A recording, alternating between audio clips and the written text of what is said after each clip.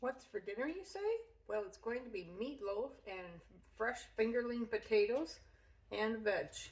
Stay along with me and let's see what it looks like.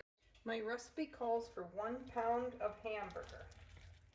So I'll put that into my bowl. It's well defrosted apparently. That in the garbage. And then it calls for 1 diced onion.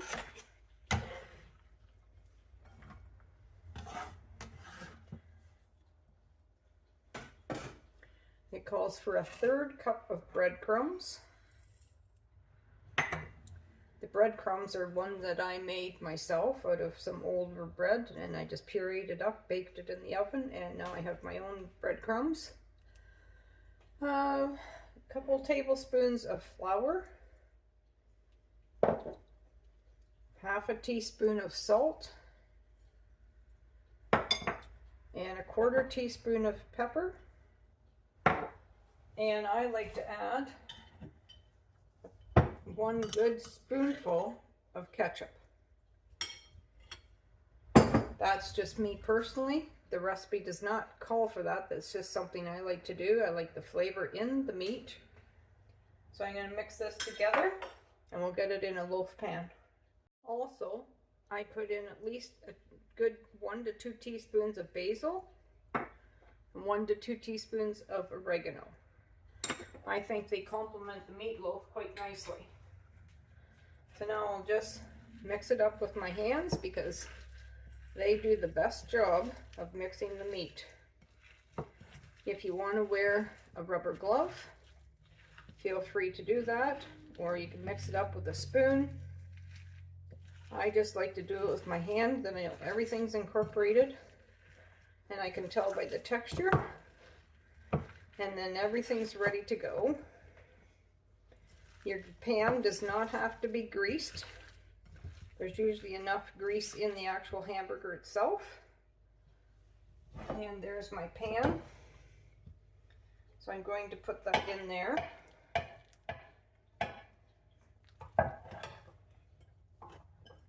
And I'm going to press it down and fill out the shape. Put it there so you can see it better. I like to press it into the corners nicely. And there, that's ready to go. We'll put it in the oven. I'll bring you back when it's baked. So I put the meatloaf in and it's supposed to cook at 350 and roughly 45 minutes to an hour. And the internal temperature is supposed to be roughly 160 to 165. So I'll check that before I take it out of the oven. Anyways, I'm having a cup of tea. If you can see, I'm blessed. So are you. Anyways, has anybody else noticed how the birds are starting to not be around anymore? It is so quiet outside. It's ridiculous. We've had such a wonderful summer of all the birds singing and chirping. And now I think it's an awful quiet when I sit out on my deck. I have 1 little hummingbird that still keeps coming to my flowers. But even they're in migratory. I've seen a page on Facebook where they said the highest number of birds migrating has already happened and hummingbirds are in there. Now I live in Ontario, about 2 hours northwest of Toronto. And so all the birds that are farther north than me, the little hummingbirds, they encourage everybody to leave your flowers out and whatever. Yet, because of all the birds that are higher up coming down, they need to have food. Obviously, the hummingbirds in our area are already gone down further south. So anyways, I'm like, well, I'll leave my flowers out for a bit. They're still struggling, but they're coming. Not too bad. Still lots of blossoms to feed a hummingbird. But I have 1 little hummingbird out to my flowers this morning. And I'm like, okay, well, you're not gone yet. Or are you one that's from up north and found my flowers? Don't know. Anyways, what's your verdict on that? Do you have lots of birds in your area, or has your backyard gone fairly silent also? So anyways, the meatloaf is in the oven. I will cook it, and then I've got some nice fresh dug fingerling potatoes that I'm going to cook up for supper. They'll be nice and creamy and yummy. Not sure about my vegetable yet. but I will figure that out yet. So anyways, thanks for viewing. If you're new here, thank you for coming. And if you're a return, thank you for coming back. I really appreciate it. And feel free to share and like it. Drop a comment. I love to be able to chit chat with everybody. So thanks for watching, and I'll bring you back when the meatloaf is ready for the table. So I wanted to bring a scripture verse to you. I've been sitting here pondering which verse I would read, and Jeremiah 1:5 came up. And it says, "Before I formed you in the womb, I knew you." So if you're wondering if God even hears you or knows you, He formed you in your mother's womb. So I find that to be pretty incredible and very personable. And it just says, you know, I knew you. And before you were even born, I set you apart. I appointed you as a prophet to the nations, or someone who can speak to the nations. That's a pretty powerful thing to find out, that the creator of the universe created you in your mother's womb. And it says, before I formed you, I already knew you. Before I formed you. Not after, before. And before you were born, I set you apart. So I think that's a very special verse. And when I need to be encouraged, I look at that, because it just brings back that the Father knew me before I was even formed in my mother's womb. My mom had many miscarriages before I was conceived. And the doctor had said to her, the next time you get pregnant, or try to, I'll take the baby from you. Now, I don't know how he was going to do that, obviously, because she would have had to give consent. Anyways, so I'm supposedly my mother's, or I am, not supposedly, I am my mother and father's miracle child. And they had had many miscarriages. And then she carried me to full term, and she prayed over me while I was in her womb. And now I read here that before I formed you in your mother's womb, God already knew me. And before you were even born, before I was born, God set me apart. That I was appointed, like you, to speak to the people of the nations. I find that to be a privilege. So anyways, I'll bring you back later. Pause and think on that thing, that God actually knew you before you were conceived in your mother's womb. Before you were even formed. That's a pretty important thing to think about. Let's get the fingerling potatoes ready. I got them dumped in. Aren't they nice, guys? These are fingerlings. I'm like, wow, a little bigger than a finger here. I really should be keeping some of them for seed and putting them in the basement. But anyways, I think we'll cook up a few of them tonight for dinner to go with our meatloaf. I'm not going to peel them, because if you ever see new potatoes, the skin just peels off with a fingernail, right? So it's so thin, how do you peel that, but what, you waste the potato. So I'm just going to clean them up in the sink, and then I'll cut them into chunks and boil them. And I think I might even mash them, so we can have mashed potatoes, and that will work well with our meal. The rest of them are tidied up a bit. Now I can put them in a basket and keep them for the next time I cook them. But we'll cook up these ones here. Alright.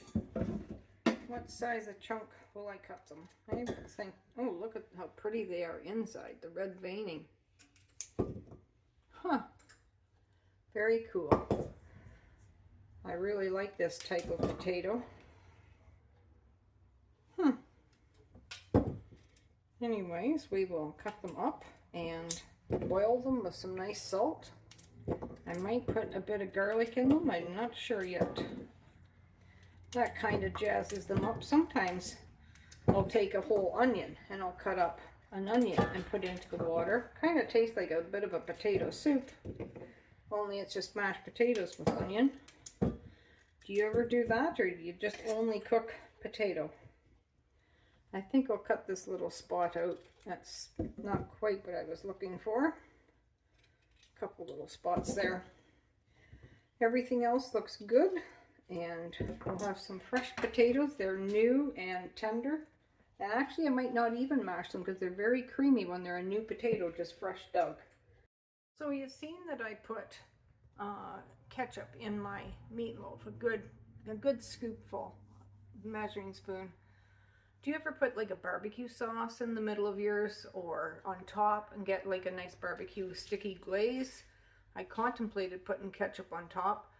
Quite often when I was young, Mom would always cook it, but she would put poultry spice in and it would taste more, well, it had the poultry spice. It was a unique meatloaf, but I really enjoyed it.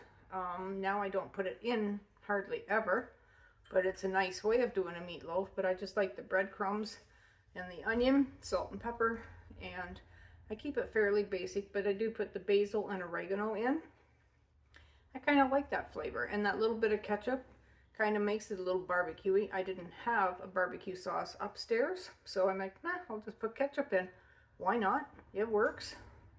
Do you do anything with your meatloaf, or do you keep it fairly plain, or what do you do with yours? So I decided I am going to put ketchup on top. So I got out probably a good third of a cup of ketchup, and then I put in probably a tablespoon of brown sugar, and I'm just going to stir that around together. And I'm going to put that on top of my meatloaf so it kind of gets to a nice ketchupy. So let's put this on top.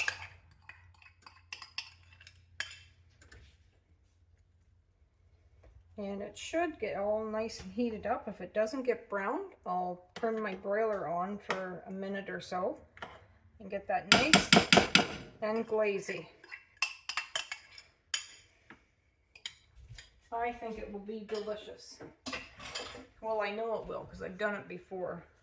So that's what we're going to do. Put the the ketchup glaze on the meat. So maybe while we're waiting, we'll just recap what the recipe was for the meatloaf. So 1 pound of hamburger, half a cup or 1 medium onion diced up, a 1/3 cup of breadcrumbs, 1 tablespoon or so of flour, half a teaspoon of salt, a 1/4 teaspoon of pepper, and if you want to, you can put an egg in if you have one. I didn't do that today. I didn't feel it needed to. It had a really nice texture when I put it in. And then about a teaspoon of oregano, a teaspoon of basil. That's optional. If you don't want it, don't put it in. And then put it into your meatloaf pan and bake it at 350 for roughly 45 minutes until the internal temperature is 160 to 165. Now I take this same recipe and I either make meatloaf or I make burgers or I make meatballs. It's all the same recipe. Today, I made meatloaf.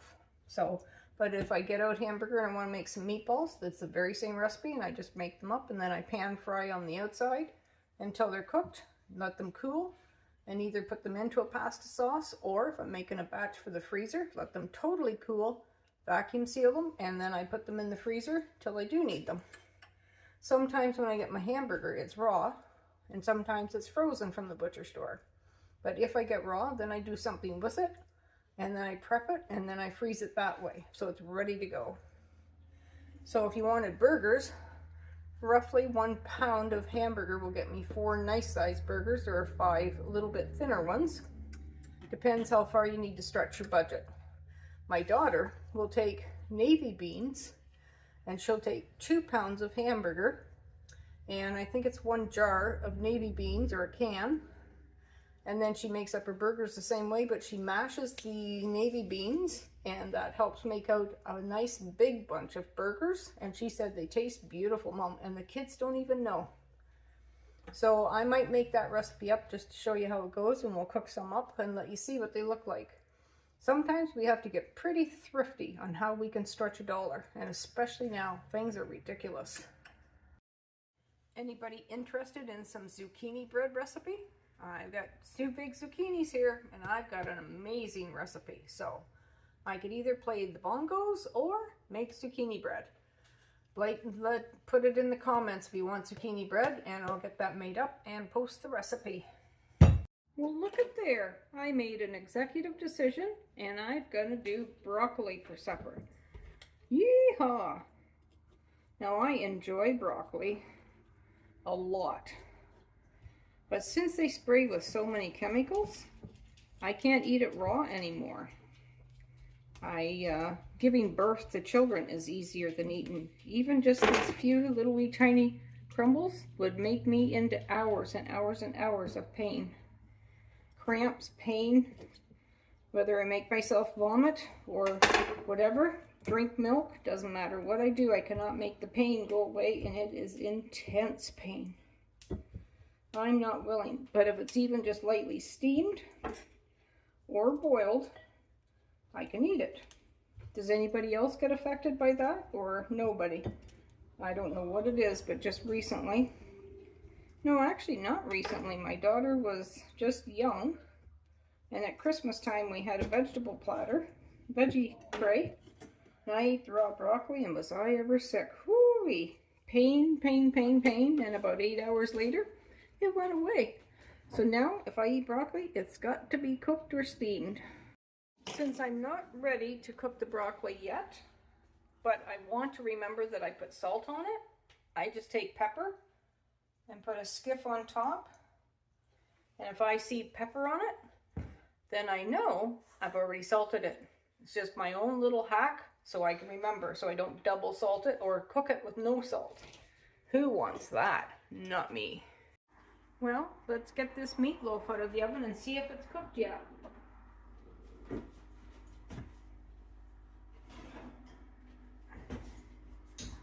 I'm thinking it is. Nice and glazy. We will see if the temperature is right. Temperature says 200. Yep, 200. So it's more than cooked. So let's cut us a piece and get some veg and some potatoes and sit down and enjoy our meal. I will get a little spatula.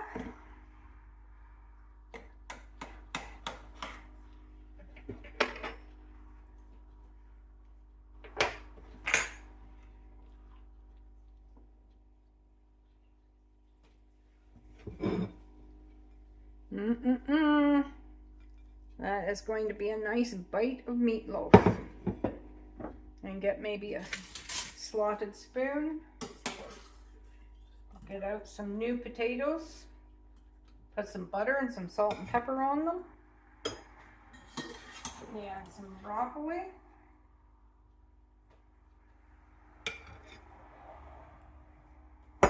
I think our meal is looking very well balanced and delish. All right, let's give this a whirl.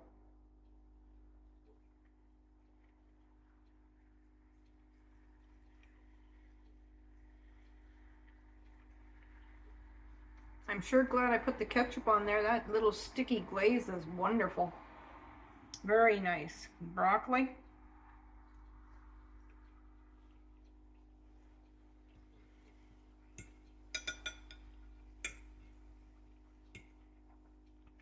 And some new potato.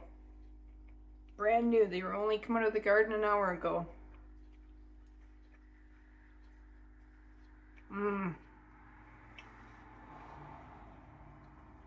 The flavor and texture of new potatoes is just amazing. Just literally amazing.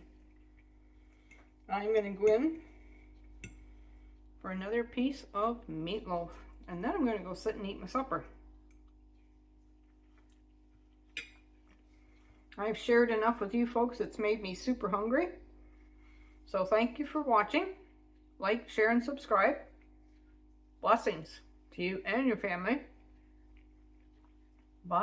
I'm going to mash these potatoes up. I really don't like doing that to new potatoes because you can see how creamy they are. So let's just kind of smash them, not mash.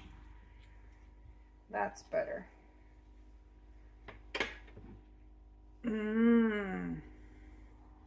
Do you like new potatoes? Oh, they're the bomb. Just so good. Creamy and yum. Life with an ostomy. I can't put too much butter on them, but I'm going to put some. And some pepper. And salt.